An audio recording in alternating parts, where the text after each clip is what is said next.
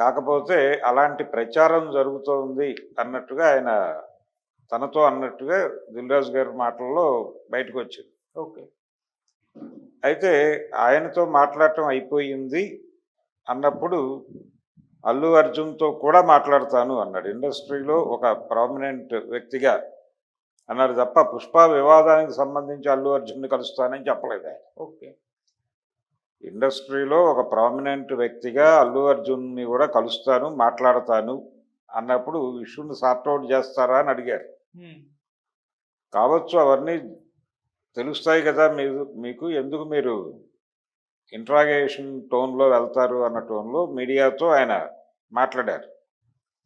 మాట్లాడుతూ విషయం మొత్తం తెలుసు, నాకు అర్థమైంది, దీన్ని ఎలా సార్ట్అవుట్ చేయాలో అలా చేయొచ్చు, పెద్ద ఇబ్బందికరమైన పరిస్థితి ఏం కాదు అని అన్నారు. కానీ నిజానికి ఆయన కిమ్స్లో ఎందుకున్నారు అంటే చాలా క్లియర్గా సీఎం గారితో మాట్లాడిన తర్వాత పరిస్థితిని తను ఆకళింపు చేసుకోవడానికి హాస్పిటల్కి వెళ్ళాడు ఆయన.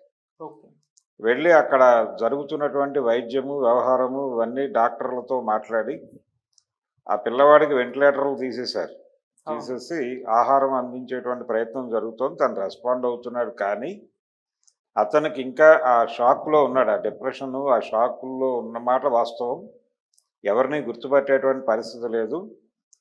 డాక్టర్లు మీరు పక్క నుండి నెమ్మదిగా అతన్ని అంటే తనని తాను రీఆర్గనైజ్ చేసుకోవడానికి మీరు తండ్రిగా పక్క నుండి అతనితో ట్రావెల్ అయితే కొంతవరకు రికవరీ కావచ్చు అని డాక్టర్లు తనకు చెప్పినట్టుగా ఈ రేవతి గారి భర్త చెప్తున్నాడు. ఓకే. ఆయన ఐటీలో ఉన్నాడు, ఐటీ ప్రొఫెషనల్. ఆయనకి ఏదైనా ఒక పర్మనెంట్ ఉద్యోగం ఇవ్వటానికి కూడా ముఖ్యమంత్రి గారి దగ్గర చర్చ వచ్చింది అనేది దిల్రాజు గారు చెప్పారు.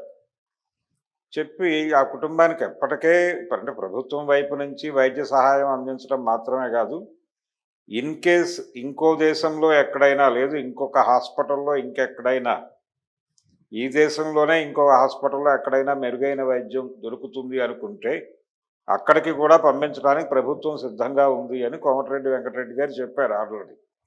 అలాగే మైత్రి మూవీ మేకర్స్ నుంచి ఒక 50 లక్షలు వాళ్ళు ఇచ్చారు.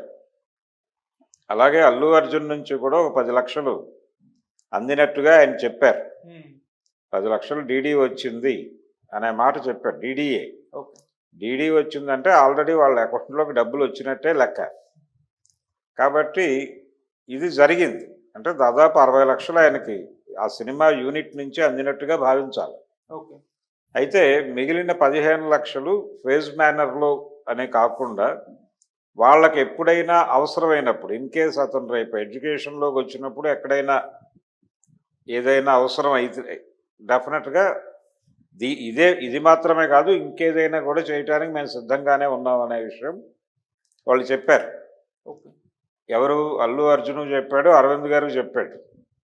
కాబట్టి సహకరించడానికి వాళ్ళందరూ అనుకూలంగానే ఉన్నారు. ఇండస్ట్రీ వైపు నుంచి కూడా ఏ రకమైన సహాయం చేయడానికైనా ఫిల్మ్ డెవలప్మెంట్ కార్పొరేషన్ నుంచి కూడా మేము సిద్ధంగానే ఉన్నామని దిల్రాజు గారు చెప్పాడు. చెప్పి ఈయన మేబీ అల్లు అర్జున్ని కలవచ్చు, కలిసి సన్నివేశాన్ని అంటే అతను గాయపడినట్టుగా మాట్లాడాడు. నా క్యారెక్టర్ అసాసినేషన్ జరుగుతోంది అని చెప్పేసి ఆయన ప్రెస్ మీట్ పెట్టి ప్రపంచానికి వెల్లడించాడు తన మనసులో బాధని.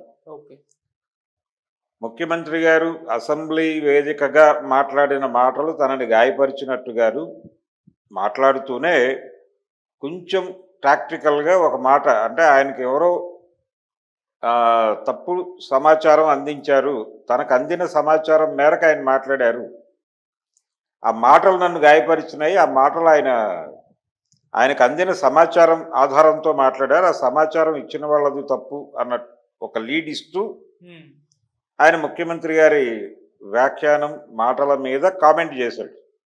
అది కదా మంట రాజేసింది. కాబట్టి ముఖ్యమంత్రి గారి ఇంటెన్షను అవన్నీ కూడా ఇప్పుడు అల్లు అర్జున్కి స్పష్టంగా అర్థమైనాయి. ఎప్పుడు నిన్న విచారణకు వెళ్ళిన తర్వాత పోలీసు విచారణ సందర్భంగా వాళ్ళు వీడియోలు అన్నీ చూపించి సన్నివేశాన్ని పునర్నిర్మించి ఆయన మాటల్లో దొర్లినటువంటి అపసవ్యతను కూడా ఆయనకి వివరించి ఆయన మొదటి వీడియోలో ఏం మాట్లాడారు, సక్సెస్ మీట్లో ఏం మాట్లాడారు, తర్వాత ముఖ్యమంత్రి గారి అసెంబ్లీ వేదికగా ముఖ్యమంత్రి గారి ప్రసంగం నడిచిన తర్వాత గాయపడి ఏర్పాటు చేసినటువంటి ప్రెస్ మీట్లో ఏం మాట్లాడారు, వీటి మధ్య ఉన్నటువంటి వైరుధ్యాలు ఏమిటి, ఈ వైరుధ్యాలకి కారణాలు ఏమిటి, అసలు జరిగింది ఏమిటి, బిహేవ్ చేసిన పద్ధతి ఏమిటి, వీటన్నిటికీ సంబంధించి వాళ్ళు ఆయనకి పూర్తిగా వీడియో సహితంగా వివరించి ఇలా ఎందుకు మాట్లాడాల్సి వచ్చింది అంటే జరిగిన సంఘటనలో అక్కడ మీ పాత్రని మీరు, థియేటర్ యాజమాన్యం తన పాత్రని తాను స్వీకరించడానికి ఎందుకు ఇబ్బంది పడ్డారు, ఎందుకు నెపాన్ని పక్కకి నెట్టేసే ప్రయత్నం చేశారు అనేదే ప్రధానంగా అక్కడ నడిచింది. అయితే సన్నివేశం మొత్తం ఈ విచారణ సందర్భంగా వ్యక్తమైనటువంటి భావాలు, కనిపిస్తున్న వాస్తవాలు ఇవన్నీ చూసి ఆయన కొంచెం ఎమోషనల్ అయినట్టుగా సమాచారం బయటకు వచ్చింది. ఎమోషనలైజ్ అవటంతో పాటు ఆయన కొంత తన వైపు నుంచి కూడా తప్పు జరిగినట్టుగా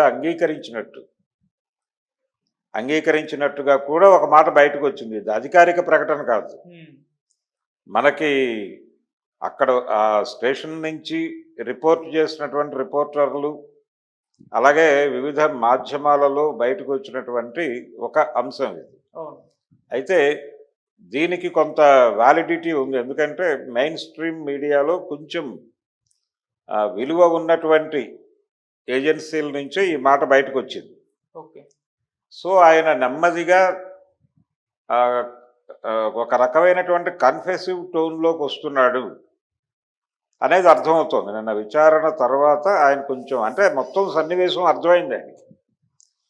ఎందుకు ఇలా మొత్తం తనకు వ్యతిరేకంగా మారుతోంది, ఈ మారటం వెనకాల తన వైపు నుంచి జరుగుతున్నటువంటి లోపాలు ఏమిటి అనేది అర్థం చేసుకోవటానికి ఆయనకు 3.5 గంటల టైం పట్టింది.